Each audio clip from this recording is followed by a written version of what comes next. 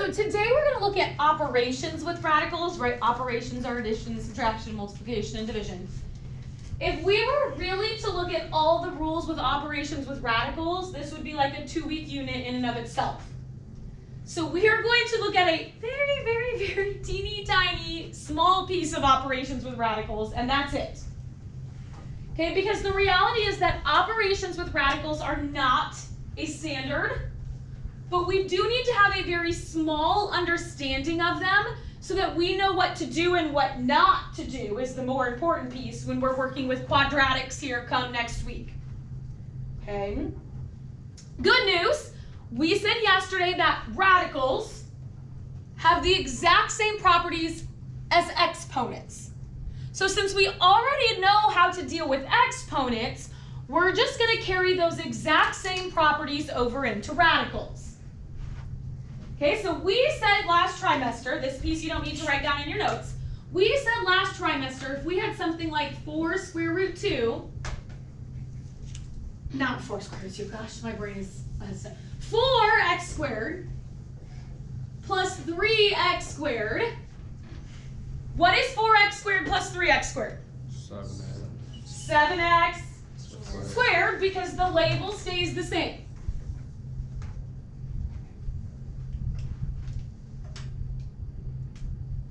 Okay, so today, if we're going by the same type of property that we're adding the coefficients in front and we're keeping the label the same, if we want to do something like add 4 square root 2 plus 3 square root 2, what do we think our answer would be?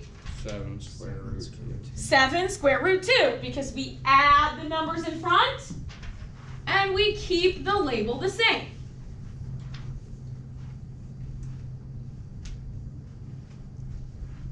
Yes, Louie? Did you mean 7? Yeah, why'd you? I don't, yes, thanks. Because it's Friday and I don't know.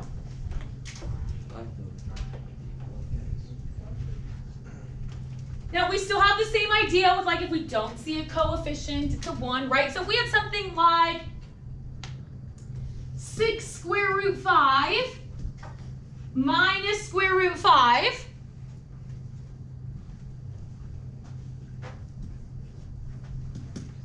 what do we think that would give us? 5 square root 5. Okay, because there's really a coefficient in front of 1. So 6 minus 1 is 5. And the label stays the same. Yes, Yusuf? Why do you have a number inside that's division? You read my mind. So what happens if we had something like 3x to the third plus 2x squared? We can't add them because they aren't matching labels. So if I have something that says 3 square root 2 plus 2 square root 5, I can't do anything else with that. Is it NRX? Nope, I mean, it's just that. Just like 3x to the third plus 2x to the second just stays as this. Right? This would just be as far as we can go. We don't have any like terms to combine. That is just it. Okay? However, radicals do have this sort of little tiny sneaky thing that can happen. I wouldn't say that it's necessarily difficult. It's just something that we have to keep in the back of our minds. For example,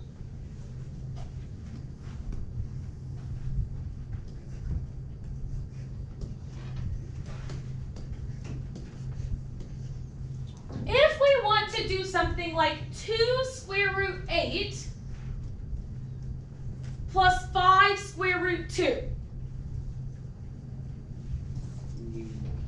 Do those square roots match?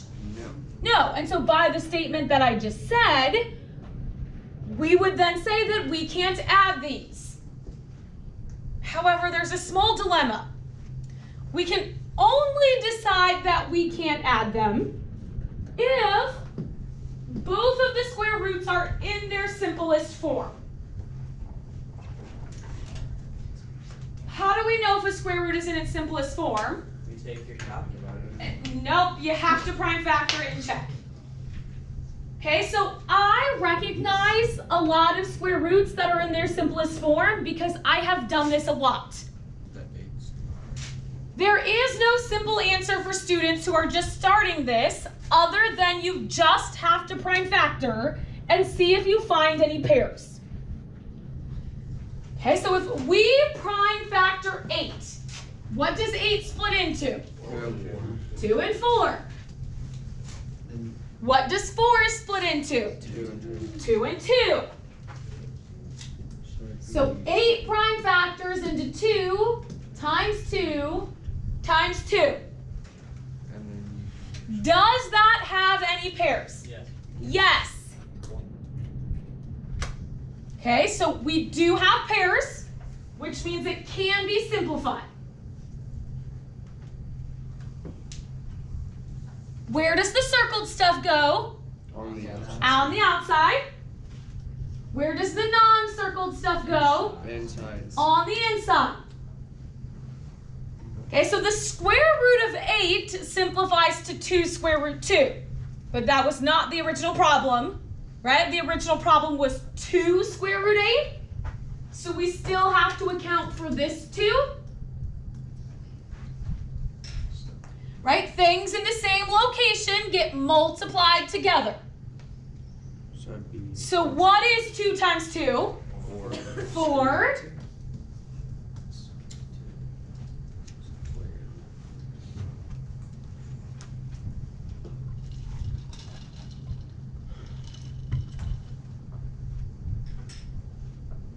So now we have 4 square root 2 plus 5 square root 2.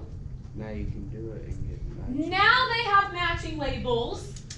Now we can add them. So what is 4 square root 2 plus 5 square root 2? 9 squared. 9 square root 2.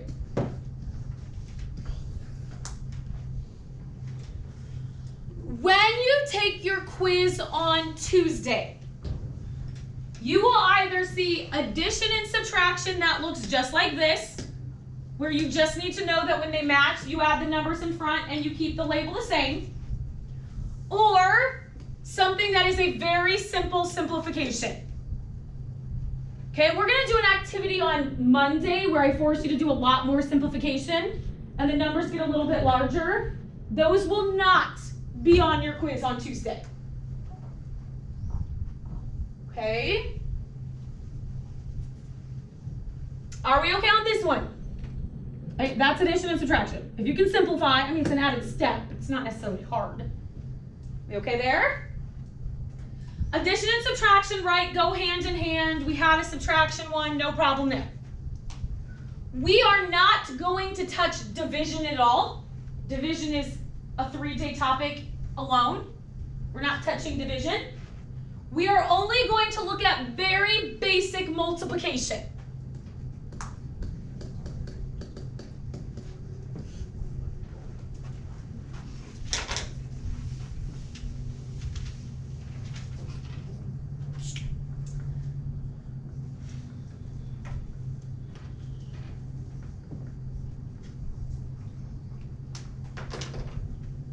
So last trimester, if we had something that said 5x squared times 2x to the third, how did we multiply those two things, Olivia?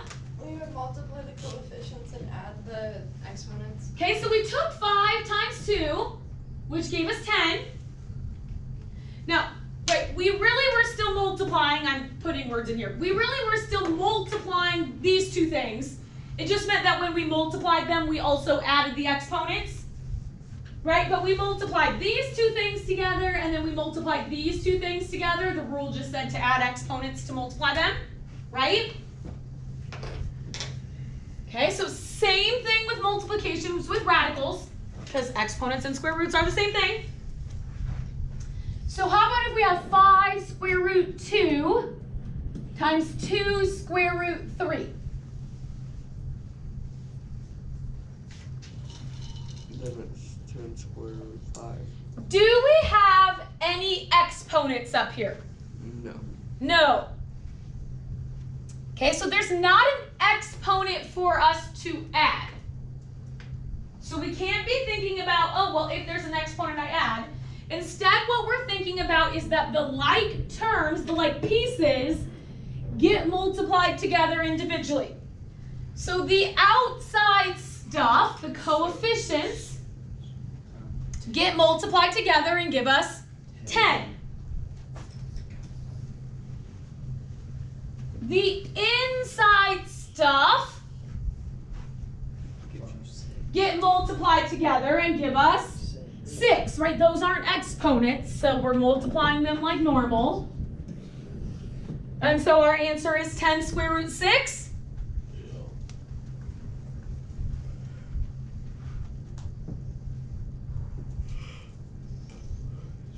Are we okay on that?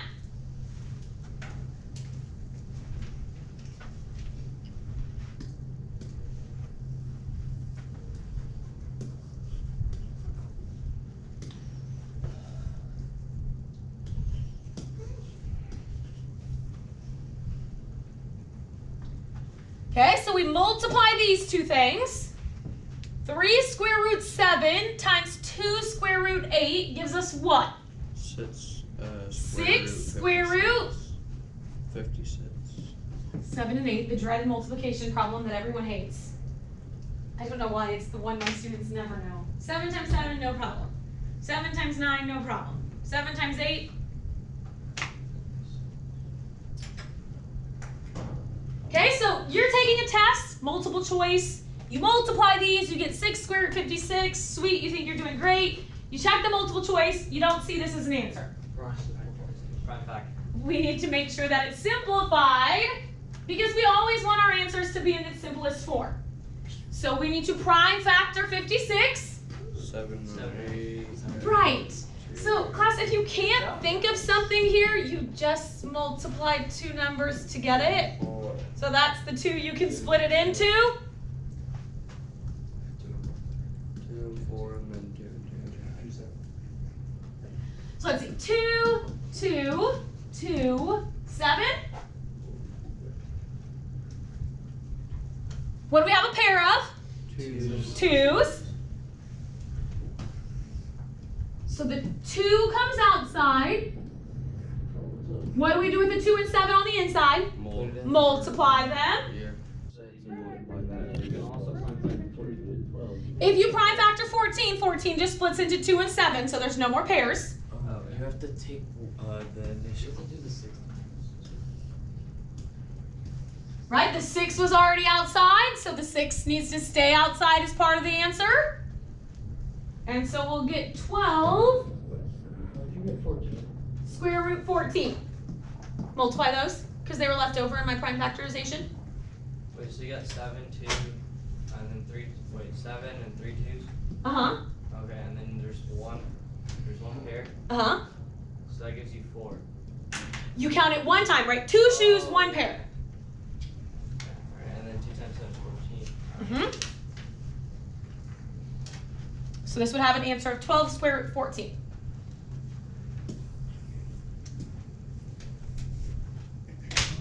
This is